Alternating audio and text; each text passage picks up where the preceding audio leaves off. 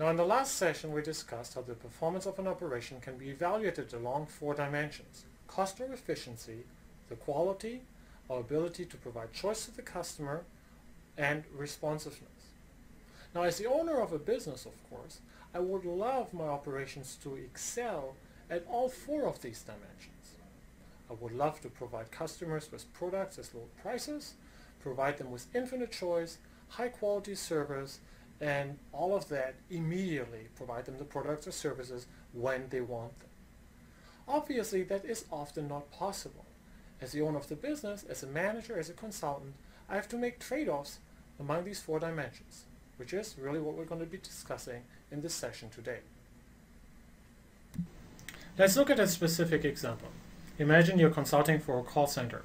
The call center currently has problems with response times. Customers are waiting a long time and only 30% of the incoming calls get served in 20 seconds or less. Say for sake of argument that your goal is to improve this and get 80% of the calls serviced in 20 seconds or less.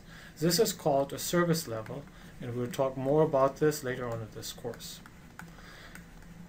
Now, there's a tension between the forces of responsiveness and productivity, in the sense that you could easily imagine a call center that would have an amazing responsiveness. It would have thousands and thousands of employees staffed. It would be very inefficient, but it would be very responsive.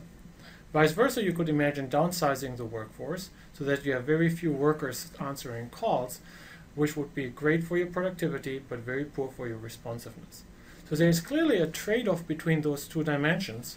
But one of the things that we'll discuss in this course is how you can use your operations and the tools in this course to really position yourself on this graph, because every business needs a different position in terms of the service level, and the managerial decision is how many employees would you want to hire on a given shift. Next, imagine that you're going out, you're working for this call center, and our call center is performing about here in terms of the responsiveness and the productivity. You engage in some benchmarking, and you're looking at a number of other industry players along the lines of responsiveness and productivity. First company that you run into is Company A. Company A, you notice, is a lot more responsive than you have. So in other words, their customers have to wait less. But at the same time, you notice that they are a lot less efficient. Then you run into Company B. You know, these guys here are having a much better productivity, but they do this at the cost of the responsiveness. So they are cheaper than we are, but they are a lot slower. Both of these make good sense because they are really reflecting the trade-off that we just discussed on the previous slide. Now, the next company you run into is Competitor C, and Competitor C is a puzzle for you, really, because these guys are both faster than we are, and they are cheaper.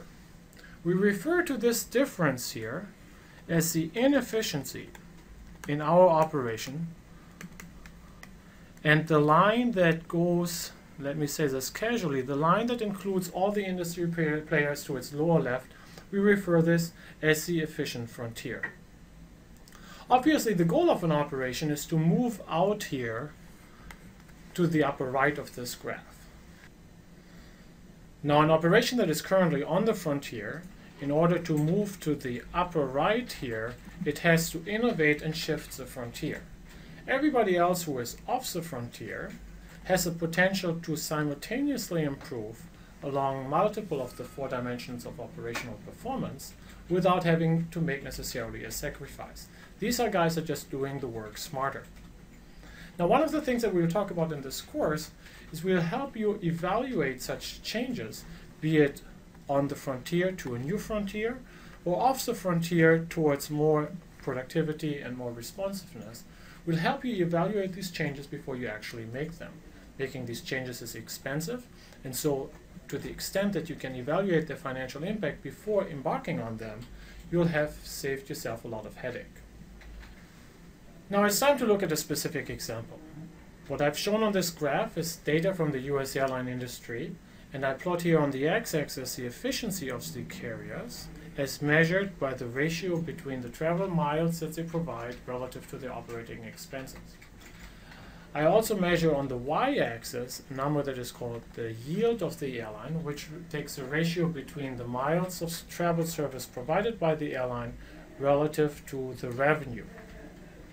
Now, take a look here at this concept of the efficient frontier. We see a line that roughly looks like this, and that captures basically all of the big airlines along a pretty linear line. The interesting outlier on this graph is Southwest Airlines. Southwest has been able to achieve a much higher productivity compared to the big legacy carriers, and thereby has been able to shift the frontier, largely done because of their clever labor productivity, something that we will analyze later on in this course. You also notice how Hawaiian Airline has been able to achieve a similar productivity, largely because of their small route network, but has not been able to command the high prices relative to Southwest. Now, this is data from 1996. It's interesting to contrast this data with the year 2011.